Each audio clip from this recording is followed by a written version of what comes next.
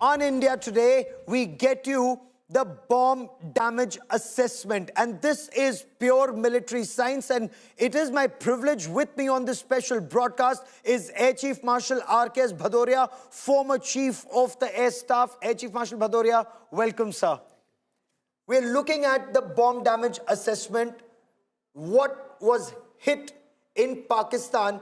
We're not talking about the terrorist training camps, launch pads and centers right now. We are talking about the military targets. For example, the Pasrur air defense radar that's been hit. You saw the images before and you're seeing the images after. We were told that that is the radar head that's been decapitated, sir. Sir, this is the Chunian radar, RF Wala air defense system, and we'll go one by one on all these targets so that you can understand and the importance of what the Indian Air Force did or the Indian Armed Forces did. Sir, the bigger picture, you heard what Director General Air Operations and Military Operations said. According to you, what is the big picture that emerges? The big picture is very clear. Firstly, a very clear assessment of what was done after hitting the terrorist strike and why it was done. Our objective was very clearly, Operation Sindhur was to target terrorist sites and infrastructure. That was the first 9 targets on the first day. It was in response to Pakistan military's incursion with respect in the form of drones, UCAVs, missiles, etc. That our response started on military targets, made very amply clear. And that too, the kind of restraint shown by our military, by our army, by our Air Force in choice of targets and the extent of target selection was very clear. Otherwise, it could have been many more. Okay. So the first night, there was a measured response, some AD targets taken, some radars, some SAM sites. So let's take this step by step and target by target. Yeah. Chunian air defense radar. Why is Chunian so important, sir? Okay. It's playing out on air route. Okay, we've just jumped to Sukkur. Let's stay with our target for a moment, please. Let's start with Sukkur. Okay, I must tell you that whatever images that you see are released will only be some images. Okay, Yes. It will not be total. So what I say would be relevant with respect to what I see. The actual damage and the actual assessment will be far beyond. Okay, this one is? This is Chunian right now. We're just trying to get you these images one by one that will stay on the screen so that even our viewers can benefit from this, so that our viewers can also assess the damage. So this is the Chunian air defense radar.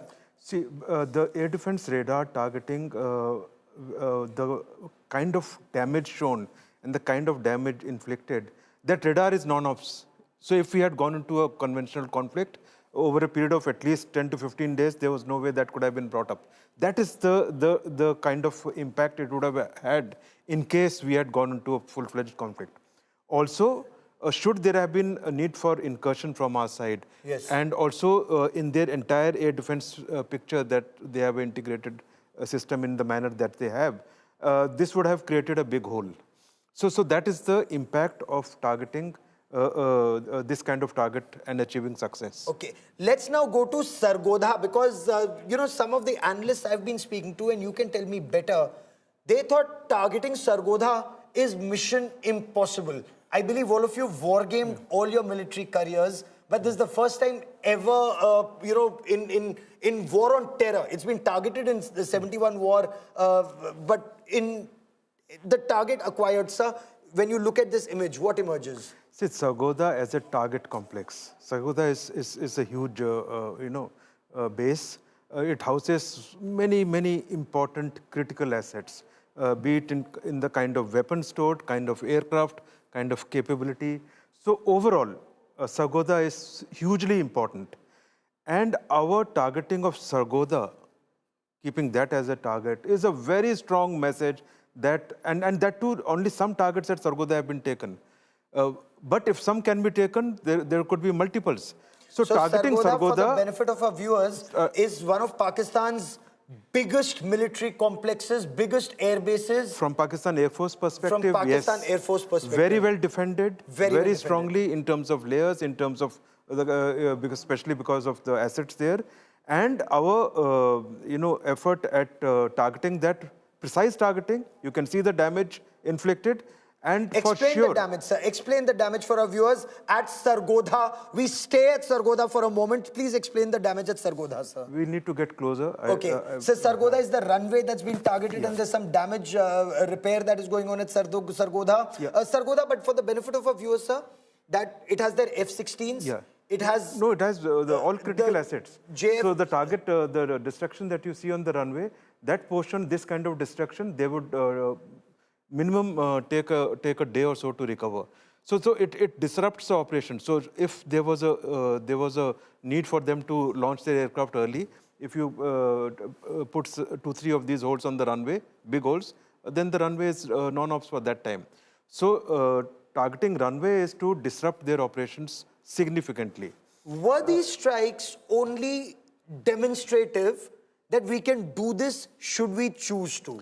There is some destruction, but it is not devastating him as of now. It's only symbolic. Is that what you've done? No, it's what the Air Force has done? It's a combination. It is symbolic in terms of messaging.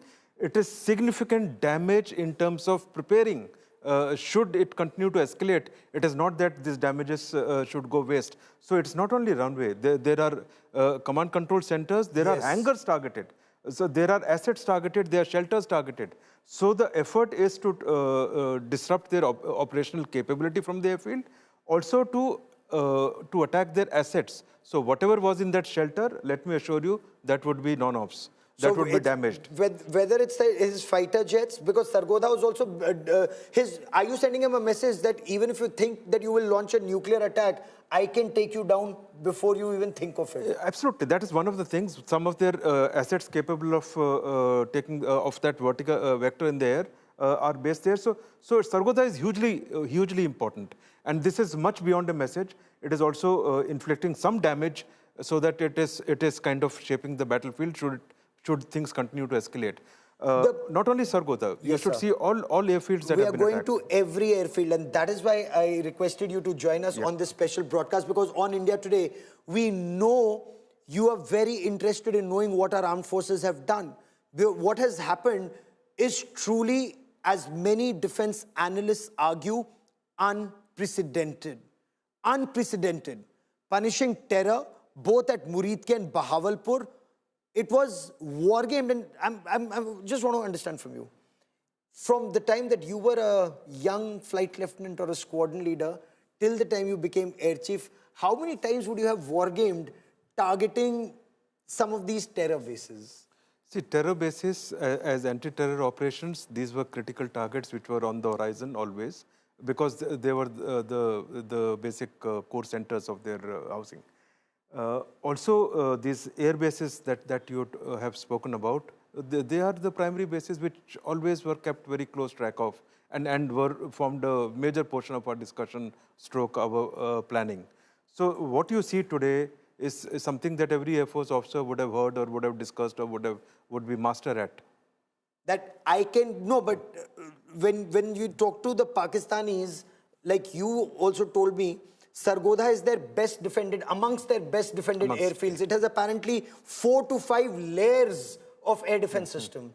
So what penetrated through this? What penetrated 5 layers of his, or 4 layers of his air defense? So we have today weapons that are capable of huge standoff and also capable of penetrating such defenses. And don't forget, the previous night we made some holes in their AD network. Yes. So that would have created some kind of gaps in their overall ability to monitor their air defense.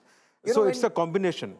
And important thing to understand is within one night of targeting some limited AD assets, we went ahead and targeted so many bases in this manner.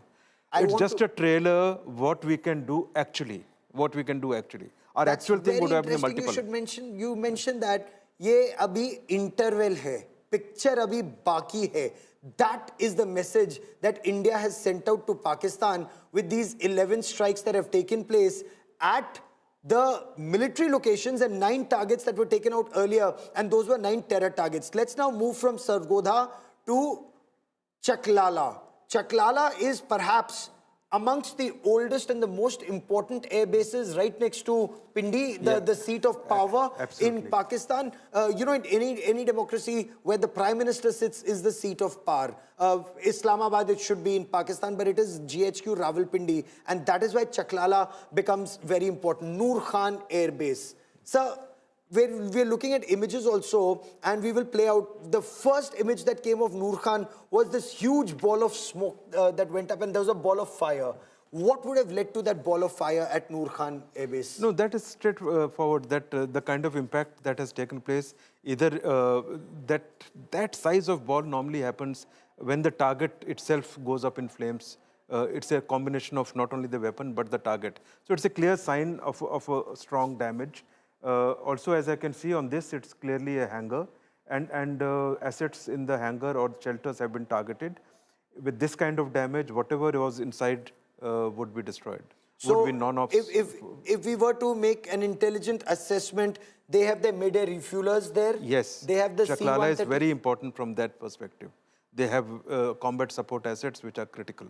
They have combat support assets which are very critical. So if we come to specifics of combat support assets, it's his mid-air refueler. I think it's an IL-78 platform. This mid-air refueler. Yeah, they have a version. They have a version. Yeah, and they have another Chinese version. And they have a Chinese version of the IL-78. Yeah. That's a heavy lift. Ilyushin 78 is a heavy lift transport aircraft of Russian origin. They have a Chinese version. Yeah, we have the IL-78. We have the IL-78. And more importantly, they have some of their AWCs that normally land there. So it's a combination. They would have rotated, of course. But if Air Force has gone in, they have the capability to house these assets. And there would be some critical assets.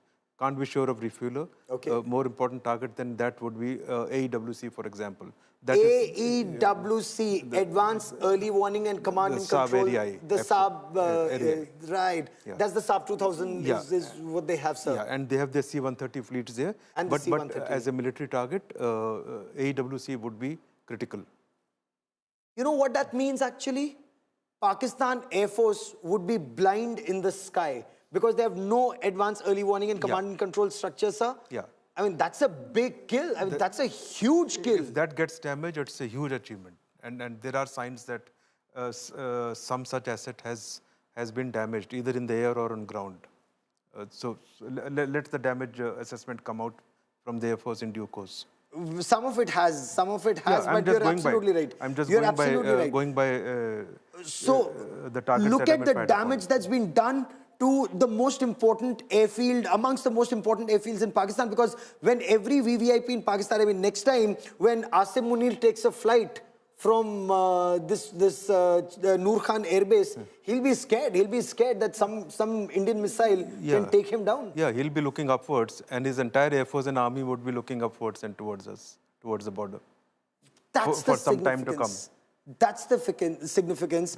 Dar और ये डर किस तरह अच्छा है is the message that must go out to a state sponsor of radical Islamist terror. So we've talked about Chaklala. Chaklala has also a lot more, their command and control system of course, to a large extent. Yes. So see, all these strikes would have targeted either their command and control centers, which are very important, their assets for which hangars, shelters, etc., their places where they store their weapons. Fuel not as much at this stage of the war, unless they've gone in, I'm not too sure. But weapons storage, critical weapon storage for sure. Their combat support assets. I'm coming to combat support assets. This would be, and clearly the choice of target. Very important is to understand they were on full alert. We had only taken out a part of their air defense. Rest was still kind of functional. And we still went and did this mission because when they did not listen and enhance their drone attacks and UCAVs and a significant increase in air-to-surface weapons and standoff weapons, this was the repercussion for that. From Chaklala airfield or Chaklala airbase, Nur Khan, let's shift to Jacobabad. And Jacobabad has tremendous significance. We'll also show you Jacobabad on the map so that you understand that when you come down in Pakistan-occupied Kashmir, from Pakistan-occupied Jammu and Kashmir, which includes the northern areas, Skardu airbase, you've taken down the airfield at Skardu. That's actually a message that you're also sending out to the Chinese. Then you've... Yeah, it is under their nose. It's under their nose. So I'll talk about Skardu in just a moment, but for the moment, we want to talk about Jacobabad. Isn't this amongst their most critical when it comes to some of their strategic assets, including the American F-16s? Yeah, it is critical, some of the assets, but let me tell you, the criticality is also because of its location, and some of these assets can move very fast. Okay. But the location and the kind of target taken, for sure there were critical assets inside. So this kind of hit on this shelter, whatever is inside is destroyed. Okay. There is no way it can survive. But tell me this, sir. We've seen some holes have been punched in the airfield. Some hangars have been destroyed. Is this just demonstrative that we can do this, we can do this again? Should the Air Force, I mean, whether the BrahMos supersonic cruise missile was used or not, I do not know. But that is what we've seen, a booster and a nose cap. So we can only assume that even a BrahMos was used. My question is, should it have been a more punitive strike? That he cannot repair the runway in 24 hours or 48 hours. He should not be able to repair the hangar. Destroy his assets. It would have been in case we were planning for a full-fledged conflict. So there was a lot of restraint shown, and in spite of choosing so many targets, only some critical assets were chosen. Like I said earlier on the same point, if we were going on for a normal conflict and it was a counter-air operation, it would have been in multiple times of this. It would have been at least 5-6x of this in terms of in one wave. In one wave? In one wave, and we would have done 3 waves at night. In one night, we would have done three, 4 waves. Yes. So this is just a very, very restrained kind of action taken and a very controlled measure so that things don't escalate and they have enough warning to step back. It was a message, and it was, along with the message, some critical damage which helps us as we go along. From Jacobabad, I now want to move, and we have the entire list. So the Sukkur air base, or Sukkur as the Pakistanis say, the damage here, sir, before and after to the airfield, and I believe beyond some other assets have also been taken down. Yeah. So if you go as per briefing, see the damage on the airfield is very clear. Right in the heart of the runway. Heart and at a critical point, which is normally the aim. So this airfield will be disabled. And there is another target taken there. I don't see the picture, if I remember the briefing right. Yeah. So again, important point to consider and for the people to know that every single target that was attempted has been achieved. So see the success rate against an adversary who was fully prepared and expecting. And this is just an indication of what would have happened if they had not stepped back. Okay, from Sukkur then, or Sukkur, let's move forward to Bholari, their latest airfield, their newest airfield, because I also wanted to show this on the map, and we will do that in a moment. We have a map where we will show all the airfields that have been taken down from Pak-occupied Jammu and Kashmir, Skardu to Bholari. In the Sindh, does this now come down to Sindh province? Yeah. That's the aircraft hangar. Yeah, that's it. So again, whatever is inside this hangar and some of the open places here, there are a lot of open places on this airfield. There would have been certainly assets in this shelter and hangar combination. When we talk about assets, this would be complete loss for them. So it's a write-off. Absolute write-off. Whether it's a JF-17 or yes, an F-16, yes. Because most of his F-16s we were told, or at least there were some reports, unless they were misleading, Pakistani media had indicated that they had moved some of their F-16s to the Pasni airbase. No, they had moved. That would have been monitored. And this is on the 3rd night, so they would have seen what has been deployed. When you put a target like this specifically, this hangar or shelter, and not the adjacent one, not another one across the runway, that's because this is where the assets were.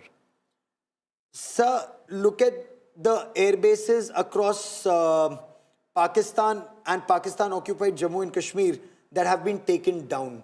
The significance, the one at Skardu opposite Kargil in Pakistan-occupied Jammu Kashmir, what they may want to call their northern areas. Why is punching a hole in the Skardu airfield so important? Again, it is firstly a message. Secondly, Skardu, that area, Skardu is a very important airfield. Over the last couple of years, there have been serious developments here, serious improvements. Infrastructure development. Infrastructure, and also assets have been moved.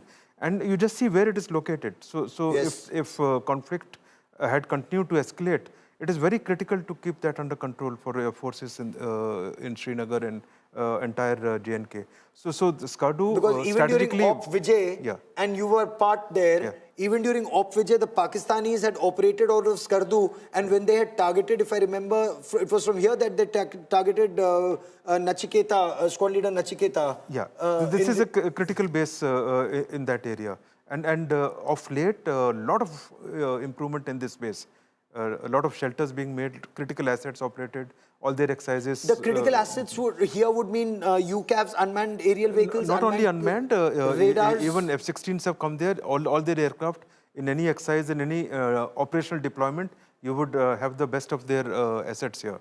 So disabling Skardu is important. Okay, so Skardu, we've already talked about Nur Khan, we've talked about Sargodha, we've talked about Murid, the radar installation taken down. The Sialkot Aviation Base, is that too tactical for me to ask a former air chief? Why is Sialkot Aviation Base very important? Is that their UCAVs and helicopter assets, or do they have more than that? And a radar, I believe, at Sialkot. Sialkot would be more from a radar perspective. It's those training areas are not of real importance at this stage at all. So it would be assets in terms of command and control, and in terms of combat assets. Is what is relevant, and of course the runway. So it is always something that is relevant to the war potential. Pasrur is an early warning system, and Pasrur being taken down has twin advantages. Are aircraft going in?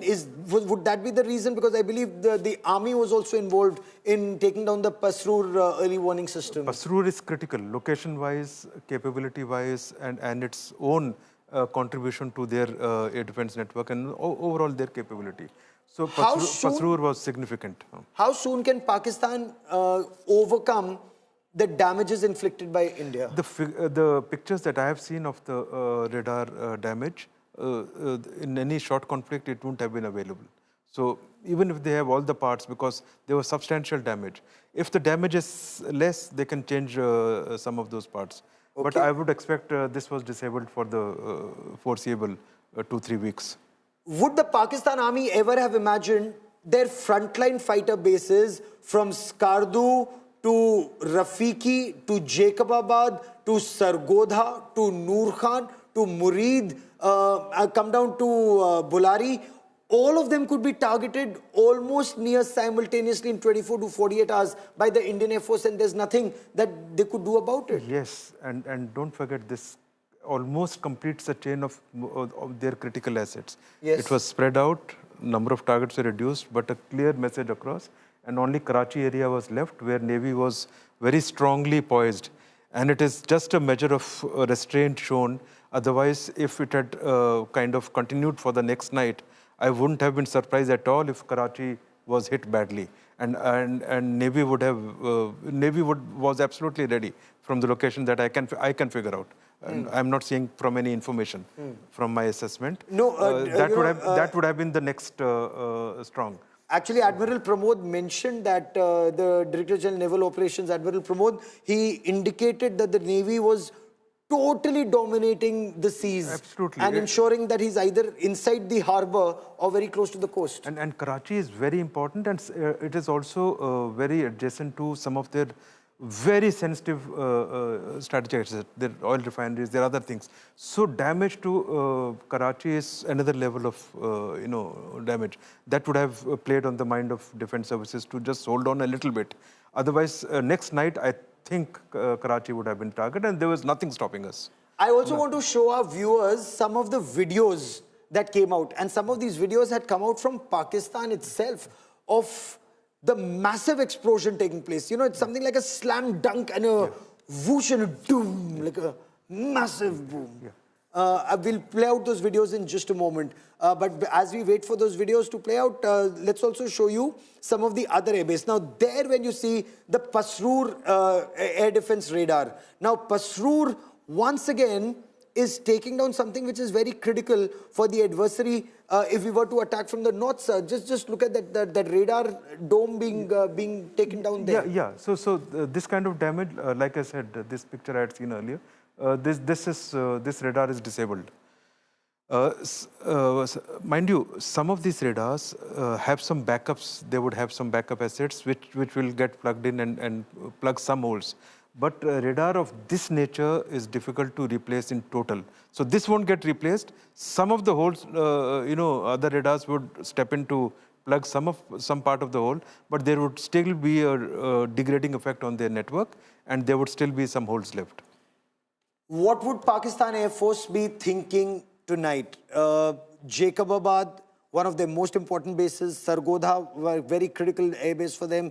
Nur Khan, Rafiki. Rafiki is where they have their drones, I believe. Yeah, drones and their fighters too. And their fighters too. Yeah. Rafiki has been critical all along. JF-17s and that keeps 3 and changing. 5. JF-17s have been there, F-16s have operated. That keeps shifting. It's not important. It would depend upon the situation. Yeah. Sir, are there airfields, all their airfields in Pakistan, air bases, all in the line of fire? I mean, I want you to look at this picture, sir. Nur Khan Air Base hit by India. Yeah. This is 7th of May. So you can just imagine, and all these bombs are on target. Just imagine the damage. That they are on target is shown by satellite picture. The level of explosion and is quite evident here. Therefore, you can just imagine the kind of damage. I mean, I've looked at... This is in Lahore. This is Lahore. This is Rahim Yar Khan Air Base.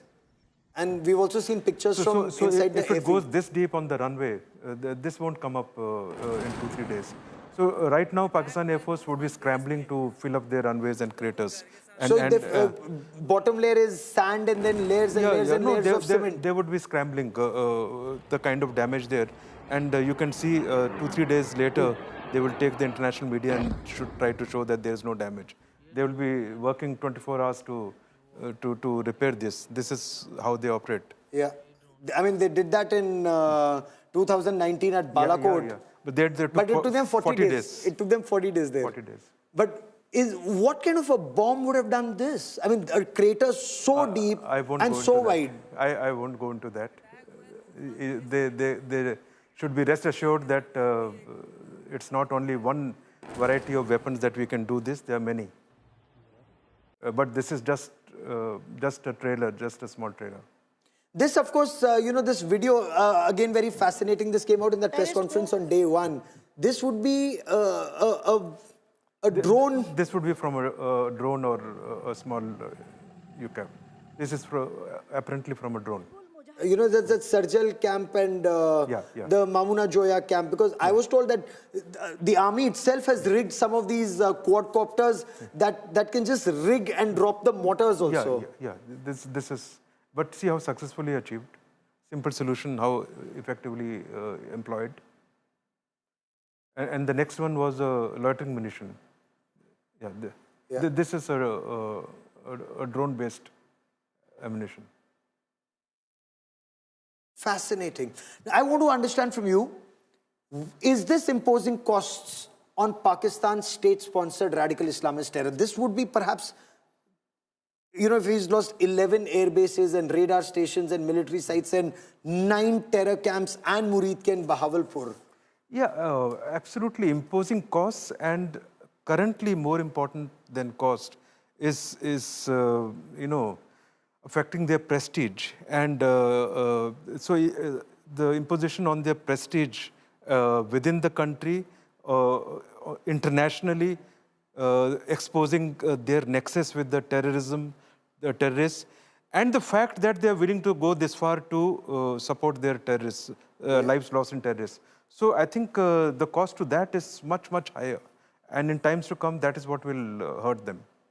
But will it? Because you know, they lost half their country in 1971. Nothing happened to their army. It just became more powerful. And that poor man who, you know, threatened to wage a 1,000-year war against India, Zulfikar Ali Bhutto, he was hanged.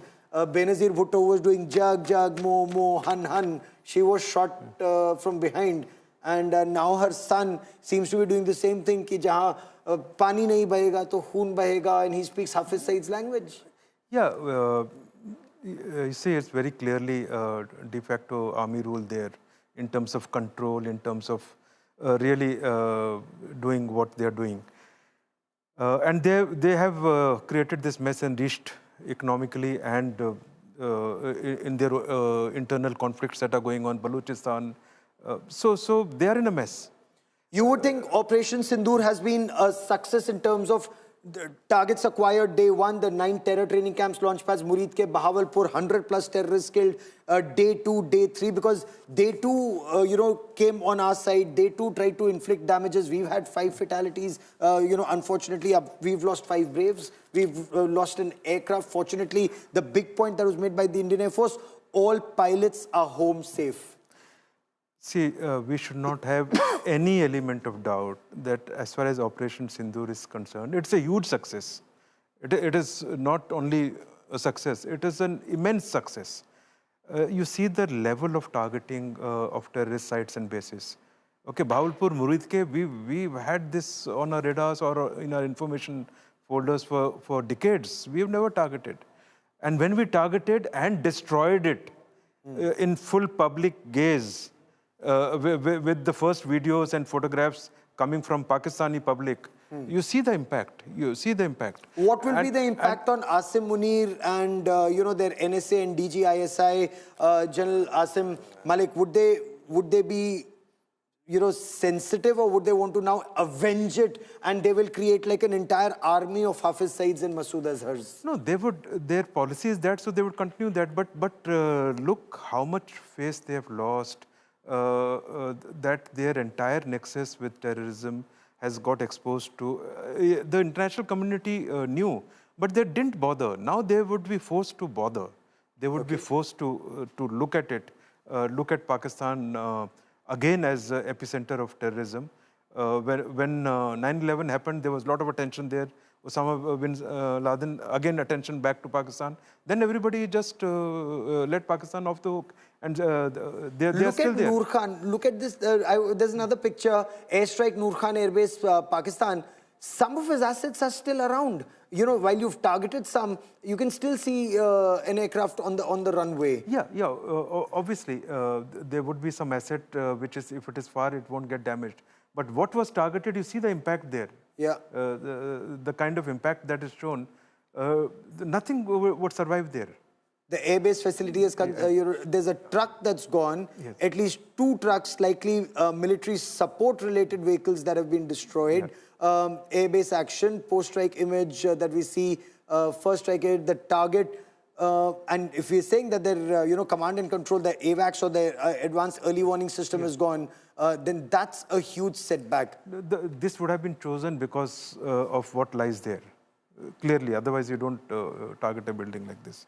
Okay. And we were talking of Operation Sindhur. So clearly on the first day, it is absolute success. What we have done thereafter is because of what Pakistan did in terms of, you know, sending drones across and loitering munition, etc. And everything, at every stage, they've been punished harder. So whatever action they took militarily, we took a proportionate action, but proportionate upwards always. And every night we kind of increased. You punished him harder. Punished him harder, but all our targets were military targets. He spent a high-speed missile. I mean, are you indicating that he sent in a ballistic missile? Are you saying he would send... No, one of the missiles, there are signs that there was a ballistic missile too. But some were air-launched cruise missiles. Some of them have been intercepted. So they've done a combination of missiles. They've done a combination of, I think ballistics has been used. I don't have confirmation. This is one picture that you must describe for the benefit of our viewers. This is the Jaish-e-Mohammed facility in Bahawalpur. I'm sure as a you know, flying pilot, you've as a Air Force fighter pilot, you've wargamed this. The bomb seems to have gone down level 1, then the floor, and then it's gone down the crater. Absolutely. I mean, what kind of a bunker buster have you used here? Yeah, this, I won't name the bomb, but this is what we are capable of. And in this building, nothing would have survived. In this building, nothing would have survived. And the fact that this was chosen, it was, you see, it is in the center of that. Yes. So it's a very accurate targeting. And also, mind you, anything outside the building wouldn't have got destroyed. Yes. So if there are people outside, within 50 or 100 meters outside on the roads, I think there is some civilian area close by, they wouldn't have died. So this is a very targeted attack, but classic damage. This image will haunt them for years. Okay, so is the message from India to Pakistan that if you're a terrorist or a terror supporter, don't sleep inside a building, sleep on the road if you want a longevity? No, if they sleep on the road, we'll get them on the road also. Once we know where they are, there is no hiding. So there is no place in Pakistan that we cannot reach today with our stand-up weapons. So the game has changed. Our rules have changed.